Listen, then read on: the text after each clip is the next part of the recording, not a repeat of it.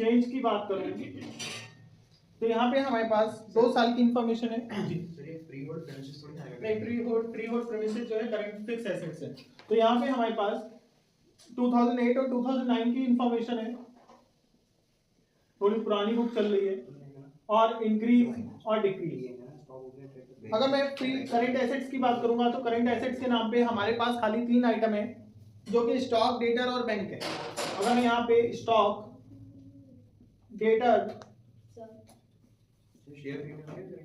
और bank, thank you so much, 100 रुपये पिछले वाले काट, स्टॉक, डेटर और बैंक पिछले फीस में एडजस्ट कर देती। अभी बात कर रहा हूँ। स्टॉक 20,000 रुपए का था, 25,000 का हो गया। डेटर 38,600 का था, 40,100 रुपए का हो गया। बैंक 4,800 से 4,000 का हो गया। करंट एसेट्स का रूल सेम है, अगर इंक्रीज होगा तो इंक्रीज में आएगा डिफरेंस, डिक्रीज होगा तो डिक्रीज में आएगा। तो यहाँ पे अगर मैं चेक करूँ, स्टॉक 5,000 रुपीज से इंक्रीज हो रहा है, डेटर 1,500 रुपए से इंक्रीज हो रहे हैं, और बैंक जो है डिक्रीज हो रहा है 800 रुपए से। करंट एसेट्स होने के बाद अगला पॉइंट बात करूं करंट लायबिलिटीज की। करंट लायबिलिटीज में हमारे पास क्रेडिटर और बिल्स पेबल खाली 2 ही पॉइंट है करंट लायबिलिटीज में। तो करंट लायबिलिटीज में अगर मैं क्रेडिटर की बात करूं तो यहाँ पे मेरे पास 30,500 रुपए का करंट लायबिलिटी में क्रेडिटर आ रहा है। 2008 में ये 30,400 का हो गया है। अगर बिल्स पेबल की बात करूं तो बिल्स पेबल मेरा 3,000 से 6,000 रुपए का हो गया है। ठीक है, इसका भी हम देख लेते हैं क्या डिफरेंस आ रहा है, इंक्रीज हो रहा है या डिक्रीज। जैसे करंट एसेट्स में इंक्रीज होता है तो इंक्रीज में लिखते हैं, यहाँ इंक्रीज होता है तो डिक्रीज में लिखते हैं। तो यहाँ पे डिफरेंस देखिए, सबसे पहले बिल्स पेबल में 3,000 रुपए का इंक्रीज हो रहा है तो हम इसको डिक्रीज में लिखेंगे, और यहाँ पे डिक्रीज हो रहा है 100 रुपए का तो इंक्रीज में लिखेंगे। इसके बाद हम इसका डिफरेंस चेक कर लेते हैं। डिफरेंस चेक करते समय हमें ये देखना होता है कि हमारी इंक्रीज हो रही है करंट एसेट्स या डिक्रीज हो रही है। ठीक है, तो यहाँ पर इंक्रीज वाला कॉलम ज्यादा है तो यहाँ पे हमारा डिफरेंस आएगा increase in working capital change, increase in working capital. Working capital का इंक्रीज चेक करो, 5,000, 6,000, 6,600 रुपीज का यहाँ टोटल आ रहा है। इसमें से 3,000 रुपीज माइनस करूंगा तो यहाँ पे 3,600 रुपीज आ जाएगा। ये हमारा पहला पॉइंट आ गया, schedule of working capital change. Schedule of working capital change आने के बाद हमारा नेक्स्ट पॉइंट होगा fund from operation banana. Fund from operation अगला स्टेप है, इधर दिख रहा है ना सबको? हाँ ठीक है। फंड फ्रॉम ऑपरेशन हम सबसे पहले या प्रॉफिट फ्रॉम ऑपरेशन फाइंड करेंगे। तो फंड फ्रॉम ऑपरेशन में हमारे पास सबसे पहले हम प्रॉफिट की बात करेंगे। प्रॉफिट करंट ईयर में से प्रीवियस ईयर का माइनस होता है। 2800 आएगा, 3600। अरे सॉरी, गलत लिख दिया, माइनस करके 2,800 रुपए आएगा। अगर मैंने टोटल गलत कर दिया होगा। अगर प्रॉफिट की बात करो, प्रॉफिट करंट ईयर का 20,800 रुपए का है और प्रीवियस ईयर का 17,500 रुपए का है। तो यहाँ पे जो प्रॉफिट का डिफरेंस है वो 3,300 रुपीज का आ रहा है। इसके बाद मैं चेक करूंगा क्या मैंने कुछ रिजर्व ट्रांसफर करा है, क्या कुछ इनकम टैक्स माइनस करा है, या डेप्रिसिएशन तो नहीं लगाया है। इसको हमें चेक करने के लिए लायबिलिटी साइड पे रिजर्व को चेक करना पड़ेगा। देखिए, जनरल रिजर्व 8,000 से 9,000 रुपए का हो रहा है, इसका मतलब 1,000 रिजर्व में ट्रांसफर करेंगे। Transfer to reserve, transfer to reserve हमारा जो रिजर्व का डिफरेंस है वो आएगा। 9,000 का रिजर्व आ रहा है करंट का, जो पिछले साल 8,000 रुपीज का था, यानी कि 1,000 का रिजर्व बढ़ जाएगा। इसके बाद मैं टैक्स चेक करूंगा कि मैंने कोई टैक्स वगैरह तो नहीं पे करा है।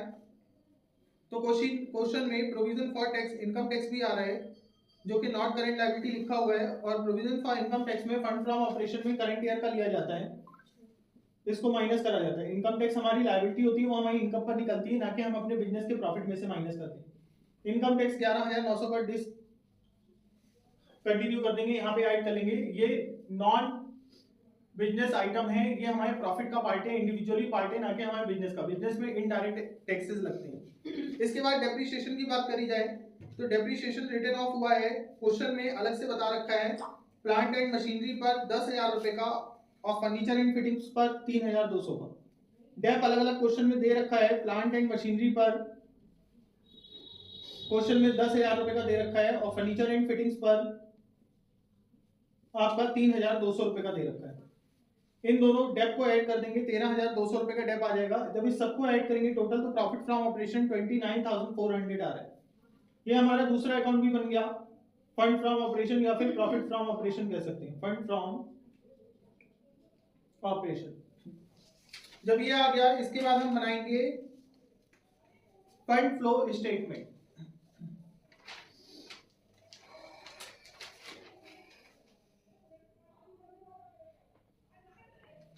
देखिए इतना नोट कर लिया, किसी को कोई डाउट हो तो मुझसे पूछ सकता है। अगर आप लोगों ने शेड्यूल बना लिया है तो मैं यहाँ पे एक दो वर्किंग करके दिखानी है, वो दिखा दूँ। ऑनलाइन में सबने बना लिया है schedule of working capital change. अगर कोई डाउट है तो मैं बता सकता हूँ, अगर आप लोगों को कुछ ना समझ में आया हो तो। शेड्यूल वाला मिटा दूँ, ठीक है। तो शेड्यूल तो आप लोगों ने सीख लिया, शेड्यूल आसान है। अगला क्वेश्चन खुद करना है सबने, नेक्स्ट क्वेश्चन आप लोगों ने खुद करना है, मैं खाली ये क्वेश्चन करके दिखा रहा हूँ।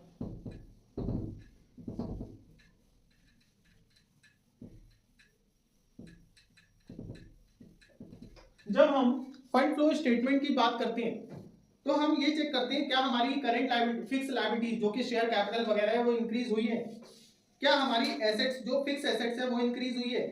तो यहाँ पे आप क्वेश्चन में देखिए, आपकी फ्री होल्ड प्रीमाइसेस की बात करें तो वो 31,000 से 80,000 रुपए की हो गई, उसमें कोई डेप नहीं लगाए, यानी कि ये जो डिफरेंस अमाउंट है यहाँ पर परचेज करा गया हो।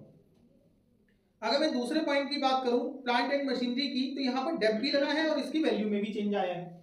तो सबसे पहले हम प्लांट एंड मशीनरी का परचेज प्राइस फाइंड करेंगे, क्योंकि फ्री होल्ड प्रॉपर्टी का परचेज प्राइस तो डिफरेंस से निकल आएगा, लेकिन प्लांट एंड मशीनरी जिस पे डेप भी लग रहा है इसका परचेज प्राइस निकालने के लिए हम पहले वर्किंग नोट करेंगे, और वर्किंग नोट में लिखेंगे पहला point, calculation of purchase price of plant and machinery. Plant and machinery का परचेज प्राइस निकालने के लिए हमने कोई इसमें से पॉइंट को सेल नहीं करा है, लेकिन हाँ हमारे पास ओपनिंग भी है, डेप भी है और क्लोजिंग भी है। तो यानी कि जो डेप माइनस होता है, ये याद रखना है, ये ओपनिंग वाले में से माइनस होता है और उसके बाद क्लोजिंग में से उसका डिफरेंस लिया जाता है। अगर ऐसे ना समझ में आए तो इसका सिंपल तरीका होता है closing value plus dep minus opening value, जिसको ओपनिंग बैलेंस भी कह सकते हैं। क्लोजिंग बैलेंस अगर मैं प्लांट एंड मशीनरी का चेक करूं तो 54,500 रुपीस का है, इसमें मैं डेप को ऐड कर दूं जो कि 10,000 लगी है, और माइनस कर दूं ओपनिंग बैलेंस 40,000 रुपीस का, तो यहाँ पे जो डिफरेंस आएगा ये हमारा परचेज प्राइस आ जाएगा 24,500 का। हमने बिल्डिंग में ऐसा क्यों नहीं करा, बिल्डिंग में ऐसा इसलिए नहीं करा क्योंकि बिल्डिंग में डेप नहीं लगी है, सीधे क्लोजिंग और ओपनिंग को माइनस कर देंगे। यहाँ पर डेप लगी है, डेप को या तो इसमें से माइनस करके फिर इसको माइनस करो, तो दो बार एक चीज को माइनस क्यों करें जब हमें सिंपल पता है closing balance plus dep minus opening balance is equals to purchase price. आप क्या पूछ रहे हो? अगर क्या कहते हैं क्लोजिंग बैलेंस माइनस कर दो और ओपनिंग प्लस कर दो तो गलत हो जाएगा, जो बता रहा हूं वही तो चलेगा। नहीं मेरी बात गलत हो जाएगा, ऐसे ही होगा तो कुछ और ही निकलेगा। डेप क्वेश्चन में एडिशनल इंफॉर्मेशन में दे रखी है 10,000 रुपीस। ऐसे ही दूसरा पॉइंट है, दूसरे पॉइंट में हम फर्नीचर एंड फिटिंग का बैलेंस निकालेंगे, क्योंकि फर्नीचर एंड फिटिंग भी बढ़ रही है। अगर सिर्फ घट रही होती तो डिप्रिसिएशन हम मान लेते लग रहा है, लेकिन बढ़ रही है वैल्यू, तो हम यहाँ पे भी यही फार्मूला अपनाएंगे, closing balance plus dep minus opening balance. तो यहाँ पे फर्नीचर एंड फिटिंग का चेक करें क्लोजिंग बैलेंस, तो 31,500 रुपीस का है, 3,200 रुपीस की इसमें डेप लगी है, और ओपनिंग बैलेंस 22,400 का है, तो यहाँ डिफरेंस 12,300 का आ जाएगा। ये हमारा फर्नीचर एंड फिटिंग का। जब ये भी पॉइंट आप कर लोगे, इसके बाद हमें बनाना है फंड फ्लो स्टेटमेंट। तो इसको मैं मिटा दूं, ये वाला पॉइंट सबने नोट कर लिया होगा, इसको मिटा दूं। ऑनलाइन में किसी को कोई दिक्कत तो नहीं है? ठीक है,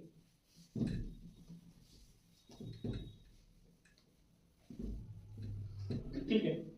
तो अब यहाँ पे आ जाओ, यहाँ पे हमारा अगला पॉइंट है फंड फ्लो स्टेटमेंट बनाना। Fund flow statement, fund flow statement में हमारा एक तो सोर्सेज होता है, सोर्सेज का मतलब होता है कहां से पैसा आ रहा है। सोर्सेज में चेक करो तो आप इशू ऑफ शेयर आपका चेंज हो रहा है, इशू ऑफ शेयर, और इशू ऑफ शेयर चेंज हो रहा है आपका 43,000 रुपीज से। अगला पॉइंट आपका शेयर प्रीमियम, शेयर प्रीमियम भी आपका बढ़ रहा है जो कि 1,000 रुपीज का है। फंड फ्रॉम ऑपरेशन आपका आ चुका है, तो फंड फ्रॉम ऑपरेशन यहाँ पे ऐड होता है, फंड फ्रॉम ऑपरेशन 29,400 रुपीज का, और जो लोन इशू करा है 6% डिबेंचर, ये भी हमारा यहाँ पे ऐड होगा 25,000 रुपीज का। फंड फ्लो स्टेटमेंट का क्वेश्चन एग्जाम में अटेंड करने का एक ये बेनिफिट है कि सोर्सेज और यूजेस का टोटल इक्वल होता है, तो थोड़ा 19-20 करके भी आप इक्वल टोटल ला सकते हो। 98,400 आया। इसके बाद हम यूजेस की बात करें, यूजेस में हमारे पास सबसे पहले परचेज ऑफ प्लांट है। परचेज ऑफ प्लांट की अगर मैं बात करूं तो वो मैं यहाँ वर्किंग नोट में निकाल चुका हूँ। प्लांट एंड मशीनरी 24,500 रुपीज की। फर्नीचर एंड फिटिंग की बात करूं तो यहाँ पे मैं निकाल चुका हूँ कैलकुलेट करके 12,300 रुपीज का। फ्री होल्ड प्रीमाइसेस को हम ऐसे ही निकाल लेंगे। फ्री होल्ड प्रीमाइसेस में कोई डेप वगैरह नहीं लगा, इसलिए ओपनिंग बैलेंस में से एक क्लोजिंग बैलेंस का डिफरेंस ले लेंगे। 80,000 माइनस 31,000, तो यहाँ पे 49,000 रुपीज आ जाएगा। 49,000।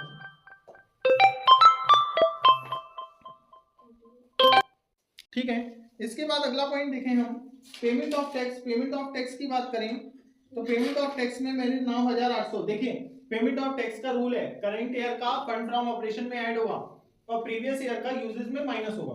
पेमेंट ऑफ टैक्स आपका 9,800 का आ रहा है। और increase in working capital, increase in working capital change, working capital आपकी 2,800 की आ रही है। इसका टोटल करेंगे तो ये टोटल भी 98,400 रुपीज का आ जाएगा। ये आपका क्वेश्चन सॉल्व हो गया।